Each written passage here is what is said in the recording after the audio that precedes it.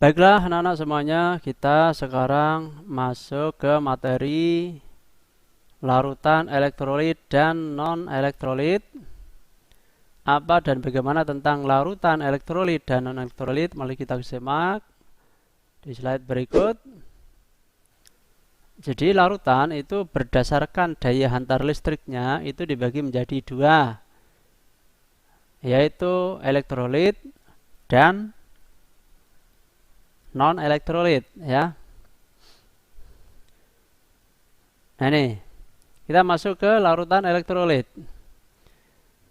Larutan elektrolit itu merupakan larutan yang dapat menghantarkan arus listrik. Kenapa disebut sebagai larutan elektrolit? Ada beberapa alasan. Yang pertama adalah bahwa dalam larutan elektrolit itu molekul-molekulnya terurai menjadi partikel-partikel bermuatan positif dan negatif ya, yang biasa disebut sebagai ion positif dan ion negatif. Yang kedua, bahwa jumlah dari muatan ion positif dan negatif ini sama ya, sehingga muatan-muatan ion dalam larutan itu netral. Nah inilah ion-ion ini yang menyebabkan dia menghantarkan listrik. Kemudian biasanya perubahan kimia larutan ini ditandai dengan adanya beberapa perubahan warna, munculnya gelembung gas, kemudian juga bisa menghasilkan endapan, serta jika diuji dengan alat uji elektrolit itu dapat menyalakan lampu. Ini beberapa alasan yang menyebabkan disebut sebagai larutan elektrolit.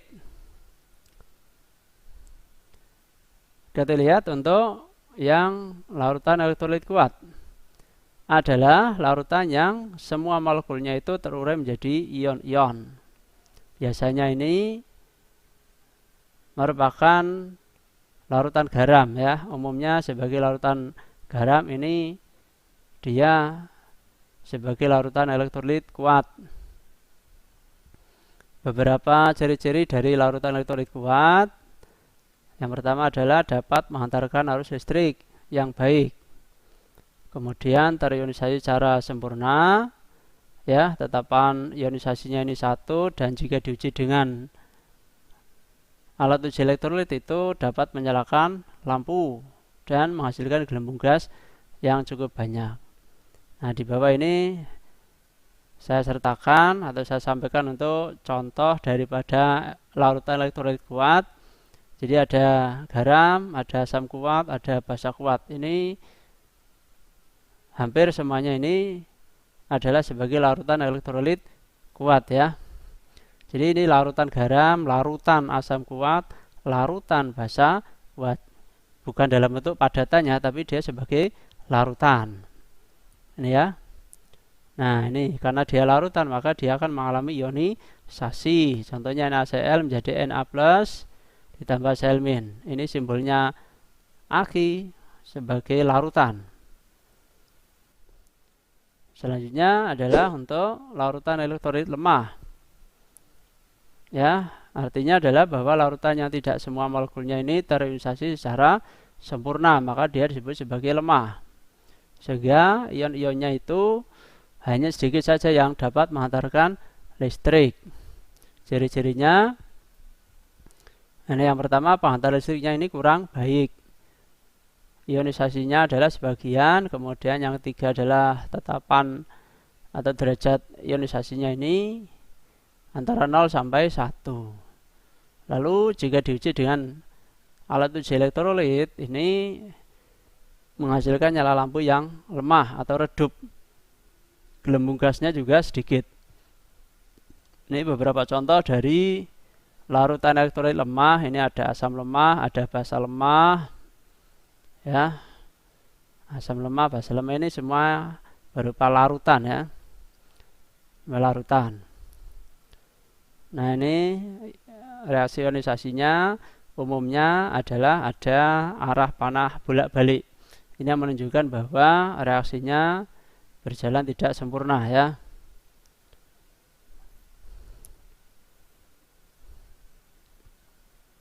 Selanjutnya adalah ini untuk larutan non elektrolit.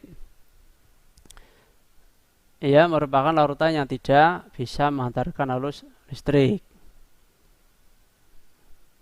Jadi dalam larutan non-elektrolit ini terdiri dari zat-zat yang terlarut dalam air. Jadi zatnya ini terlarut dalam air, namun dia tidak bisa terurai menjadi ion. Jadi tetap zat terlarutnya ini dilarutkan dalam pelarut air, cuma dia tidak bisa terurai secara baik ya, atau tidak teronisasi bahkan. Nah ini ciri-cirinya. Jadi tidak dapat teronisasi, kemudian tidak dapat menghantarkan arus listrik, lalu tetapan atau derajat ionisasinya sama dengan 0.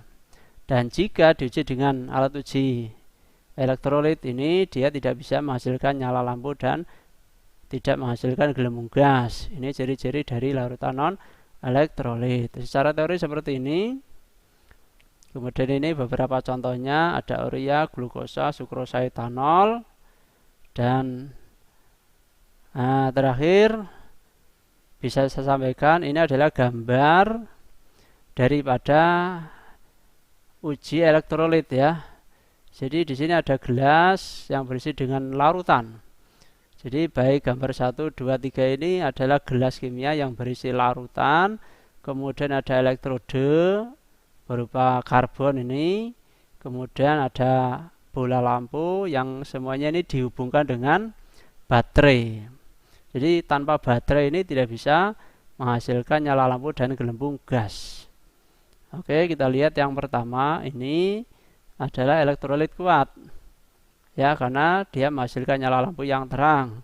Di sini ada gambaran gelembung gas yang berjalan baik ya, secara sempurna.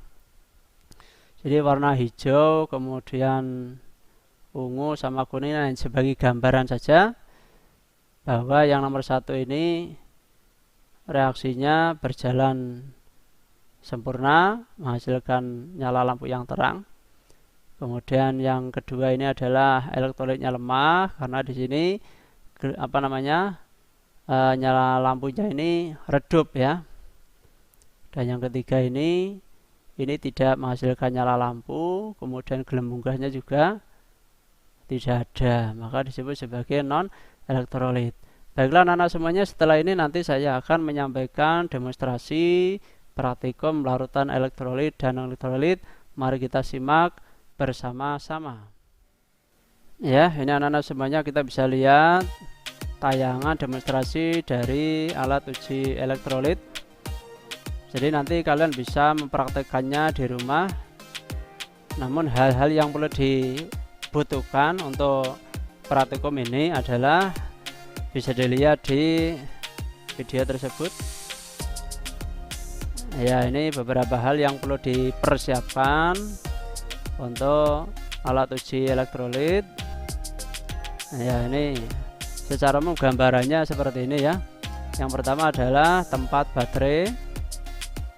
Ya, yang kedua baterainya biasa baterai ABC ini. Kemudian adalah batang karbon, biasanya sisa dari baterai yang tidak terpakai itu. Kemudian kita kabel, nanti kalian persiapkan ini lampu yang voltasenya 2,5 volt ini sama fittingnya ya. Kemudian kalian siapkan isolatif atau lakban kecil itu yang warna hitam. Ini adalah kalian siapkan papannya. Kemudian cara perakitannya, nah seperti ini ya. Ini tempat baterainya kita pasang secara seri seperti ini, kemudian dilakban ya. Nanti dilakban supaya tidak bergeser ini. Nah, kemudian kita potong kabelnya untuk menghubungkan plus sama minusnya. Ini yang plus, ini minus ya, sehingga urut. Nah, kemudian kita keluarkan kabel tembaganya ini, kita lekatkan, kemudian dihubungkan itu ya, nanti kita dihubungkan. Nah, setelah itu ujungnya kalian nanti perlu menghubungkan dengan kabel Ini yang positif, yang sebelah sana berarti yang negatif itu ya. Setelah itu dilakban supaya nanti kabelnya tidak bergeser ya, supaya terlihat rapi saja. Jadinya seperti ini. Nah, ini secara sederhana ya, jadinya seperti ini nanti.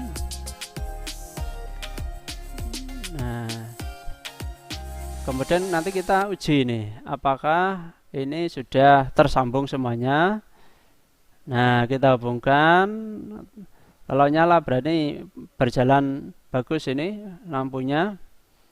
Kemudian bagaimana pengujian larutannya? Yang pertama bahannya, kita siapkan bahannya. Ini air sabun atau deterjen ini. Ini air jeruk atau jeruknya. Ini adalah larutan isotonik. Ini adalah larutan sirup. Nah, ini adalah larutan cuka ini. Kemudian diaduk, kita coba praktekkan. Yang pertama adalah larutan antasid atau obat mah. Obat mah ini coba kita celupkan, apa yang terjadi. Nah, ya, ternyata tidak ada nyala lampu di sini. Ya, tidak ada nyala lampu. Kemudian di sini bisa dilihat juga tidak muncul gelembung gas. Ya, nanti bisa disimpulkan kenapa begitu. Ini air jeruk. Kita lihat. Ya, ternyata muncul gelembung gas ya. Muncul gelembung gas. Nah, nyala lampunya kita cek. Nah, ternyata tidak nyala. Tidak nyala. Kemudian ini kita cek lagi air sabun atau dari deterjen. Oh, ternyata ini muncul gelembung gas. Nah, kita cek nyala lampunya seperti apa. Ternyata tidak menyala. Ada gelembung gas tapi tidak menyala lampunya. Nah, ini isotonik ini kita lihat apa yang terjadi. Ternyata muncul gelembung gas di batang karbon ini. Tetapi kita lihat, oh, lampunya ini juga tidak menyala. Lanjut kita cek untuk sirup. Nah, coba yang terjadi, sirup ini tidak muncul gelembung ini. Tidak muncul gelembung, lampu juga tidak menyala. Kemudian air cuka. Air cuka ini kita cek, ternyata di batang karbon ini muncul gelembung gas ya. Muncul gelembung gas.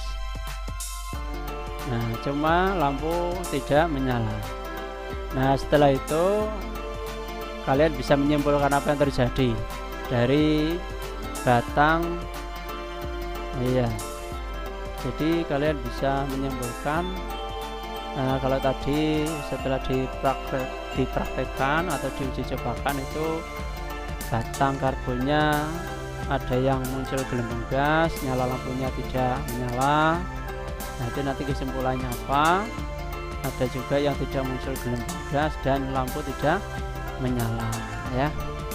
Ini adalah demonstrasi praktikum alat uji elektrolit yang nanti bisa kalian praktekkan di rumah, sehingga materi kita untuk apa ini materi berjudul tadi larutan elektrolit dan elektrolit kita sudah lengkap teori dan praktikumnya. Dari saya mungkin ada kurang lebihnya minta maaf. Selalu semangat di dalam belajar ya, mudah-mudahan sukses kedepannya. Saya akhiri, assalamualaikum warahmatullahi wabarakatuh.